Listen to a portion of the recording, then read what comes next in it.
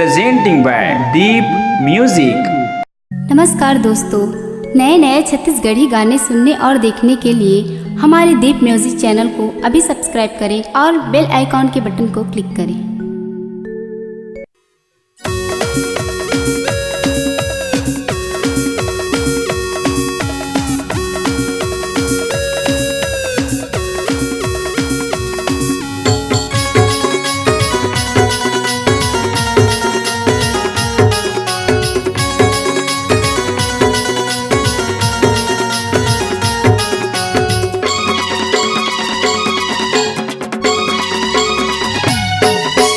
Snow powder लगाथे मोर सुंदर नहीं बताथे। तू स्नो पाउडर लगाथे मोर सुंदर नहीं बताथे। तू चेहरा लबर सजाते है कहूँ माया पीरित में फंस जाबे। तू क्रीम पाउडर भुला जाबे। कहूँ माया पीरित में फंस जाबे। तू क्रीम पाउडर भुला जाबे।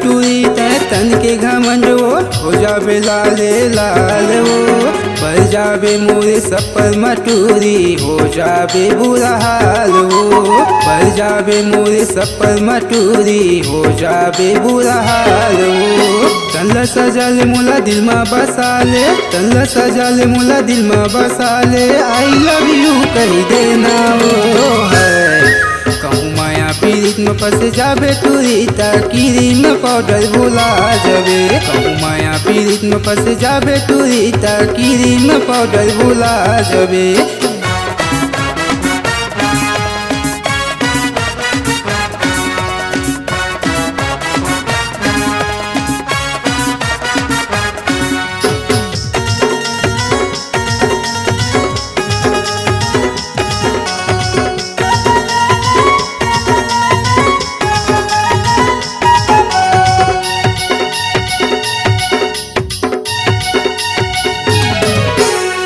जिंदगी के नहीं भरोसा हंसले गोटिया ले नाओ।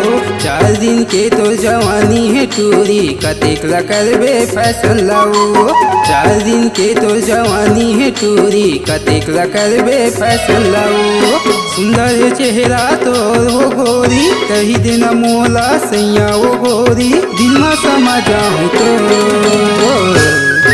कहूँ माया पीरित में फंस जाबे। तू क्रीम पाउडर भुला जाबे। कहूँ माया पीरित में फंस जाबे। तू क्रीम पाउडर भुला जाबे। तू स्नो पाउडर लगाथे मोर सुंदर नहीं बताथे। तू स्नो पाउडर लगाथे मोर सुंदर नहीं बताथे।